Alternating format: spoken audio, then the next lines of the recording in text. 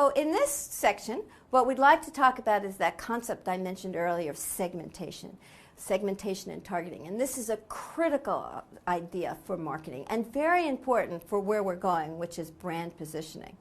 It's called the STP framework, segmentation, targeting, and positioning. And when we get to positioning, that's when we first start getting to branding, which is where we're headed.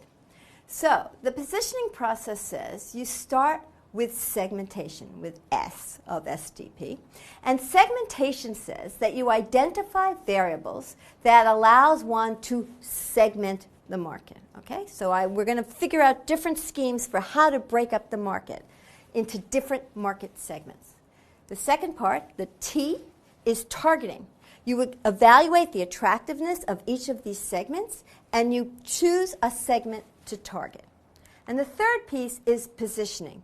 Once you get your target segment, you position your brand and your product to meet the needs of that target segment.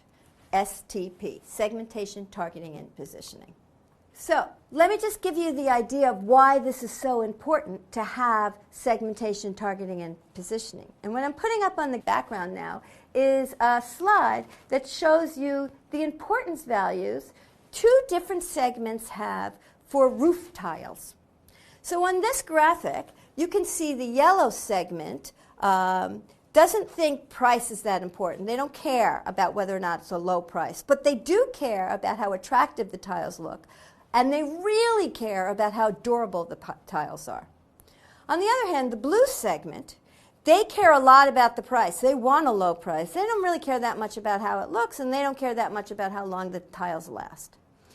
If you did not segment this market, the optimal thing to do would be to give average value to everything.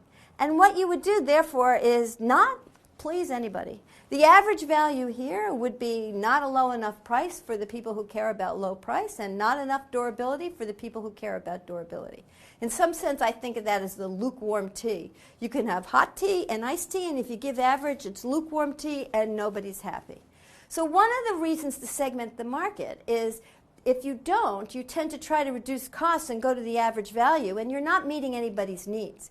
Going back to that concept of customer-focused marketing, if I want to give you exactly what you want, I need to segment the market. And what you'll see is there's heterogeneity or differences in preferences. And then I need to choose or target which one of these segments I want to deliver to and deliver value to that segment. And for example, in this case, if I delivered durable tiles to the yellow segment, they would be willing to pay a higher price for that, and that could be very profitable.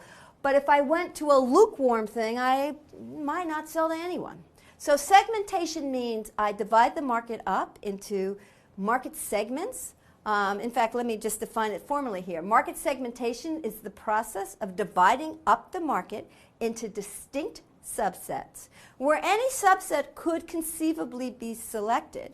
And then you pick one of those market segments to be your target, and you reach or you deliver to that customer segment, that market segment, with a distinct marketing mix. Remember what the marketing mix is? The 4 Ps: product, place, promotion, and price. And what that says is when I'm looking at these different segments, they may want different products. It may make sense to advertise to them differently. It may make sense to price differently. It may make sense to deliver at a place decision or distribute to them differently. And so that's the definition of market segment, a very, very critical idea in marketing. So the question is, how can I divide up the market? And you might understand the idea that I'm going to go after market segments, and I'm going to choose one of them, and then I'm going to give a unique product package or marketing mix to one of those segments. Maybe you understand that concept. But then the question is, well, what are the different ways to segment the market? And there are actually lots of different ways. The most common way that people that usually think about is to divide up the market on characteristics of the customer. So intuitively, you might think about demographics. Well, men and women like different things, so let's make a female product and a male product. Or old people like things that are different than young people, or rich people have different needs than poor people. So one of the segmentation schemes that people frequently think about are characteristics of the customer. Another one, though, which doesn't really focus on characteristics of the customer, says, well, people like different things in products. They focus on different benefits. So in running shoes, some people care about comfort, some people care about aesthetics, some people care about technology. And so it might make sense to divide up the market or segment the market on the benefits that people seek.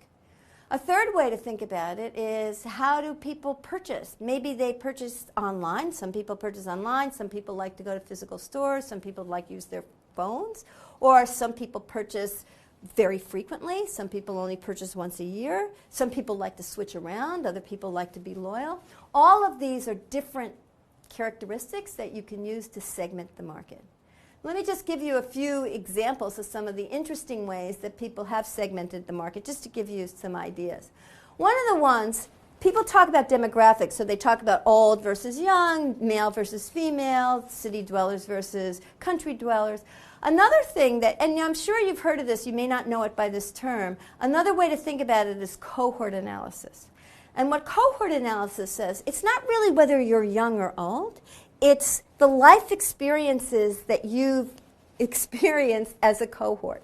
And in particular, it's very important what happens when you're coming of age, you know, right around 14, 15, 16, 17, 18, those things that hit you at that time of your life are critical, and they frame you as a generation.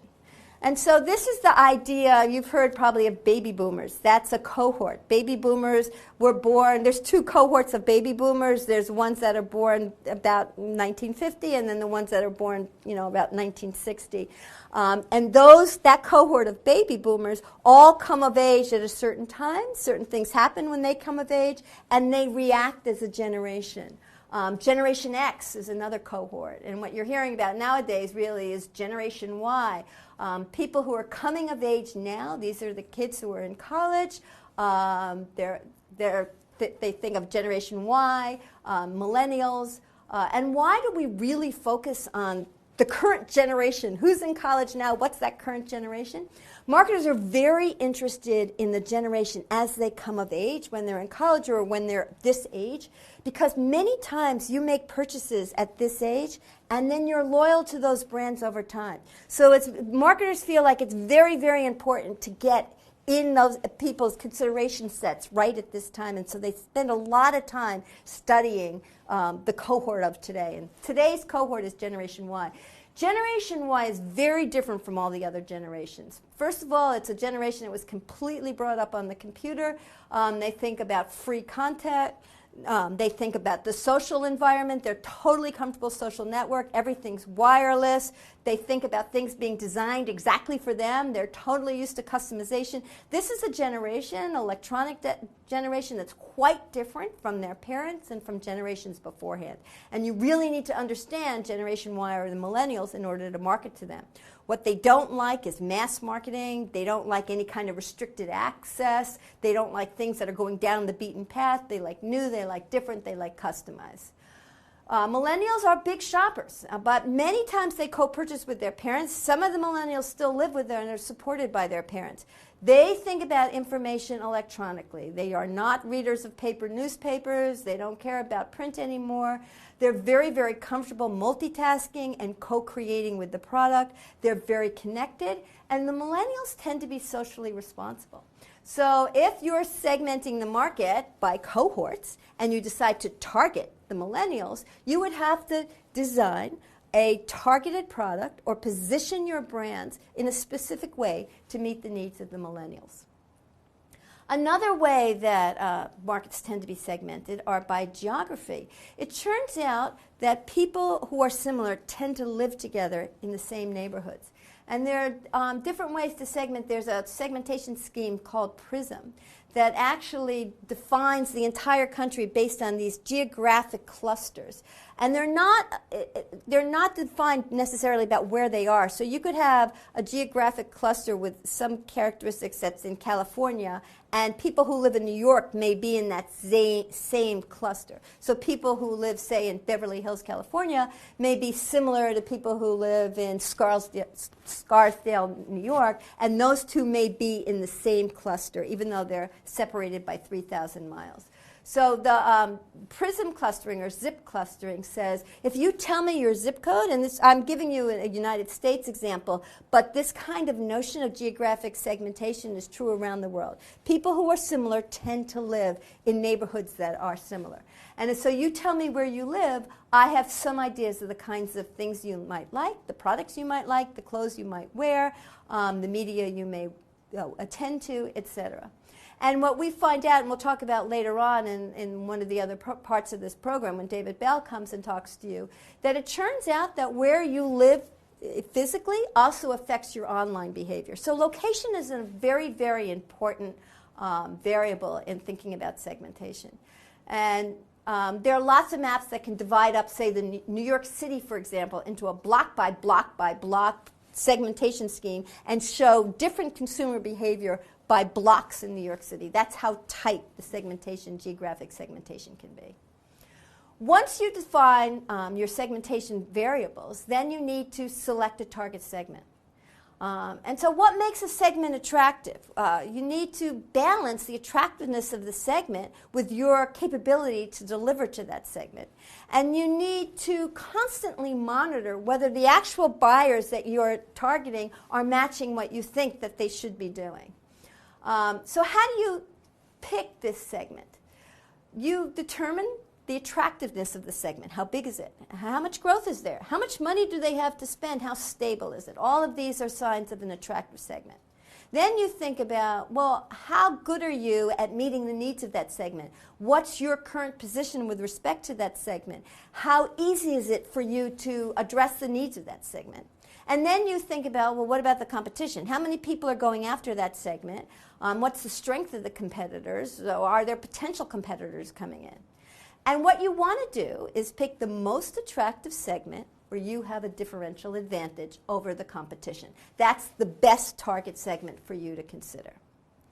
And so what you're looking for is you're going to divide the segment, and this is a graph that shows you can have low to high segment attractiveness, and you can have low to high competitive strength.